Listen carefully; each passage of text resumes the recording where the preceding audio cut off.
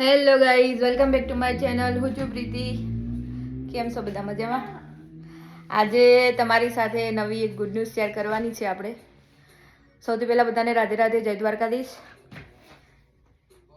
Finally મારા અને મારા કૃષ્ણની એકલતાનો સહારો આવી ગયો છે ભાઈ, જોરદાર. ફાઇનલી અમારા ઘરે ટીવી આવી ગયું છે.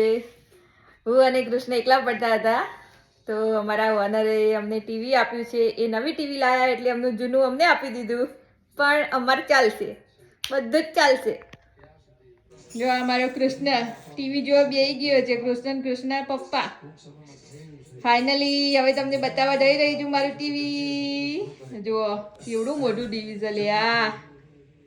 અને આ મારા હસબન્ડ ગમનના આશિક. ટીવી આવી એવું જ ગમનને ચાલુ કરી દીધા. ગમનભાઈનો ગરબા.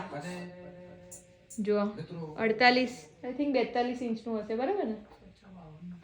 ના, 48 યા 50નું હશે, પણ ખૂબ જ સરસ TV. Thank you so much Amitbhai. અમારું શું કહેવાય, એકલતા દૂર કરવા માટે તમે અમને બહુ સરસ ટીવી આપી, બરાબર. પણ એના જોડે એક વસ્તુ, અને એનું રોકવું, એ અમે નવું લાવ્યા છીએ ભાઈ.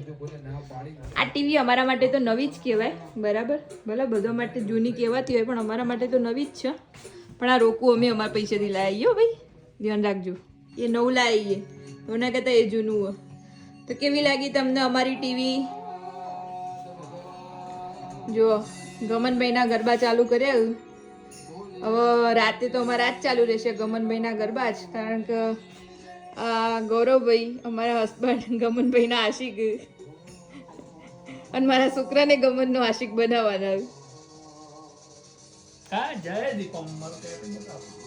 જો જો ભાઈ, આ મારા ઘરવાળાએ મારા દીપેશ્વરીનું ટેટુ બનાવ્યું. જુઓ, અને આ મારું ટેટુ જીપી દેખાય.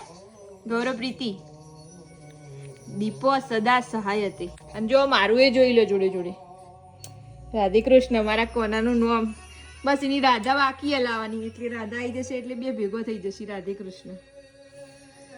ચલો, તો આ ગુડ ન્યૂઝ તમારા બધા અંગા શેર કરવામાં મને ખૂબ જ આનંદ થયો. તો તમે કહેજો કે તમને અમારું ટીવી કેવું લાગ્યું. એકદમ નજીકથી બતાવજો, બરાબર. અમારા માટે તો ખૂબ ખુશીની વાત છે આ.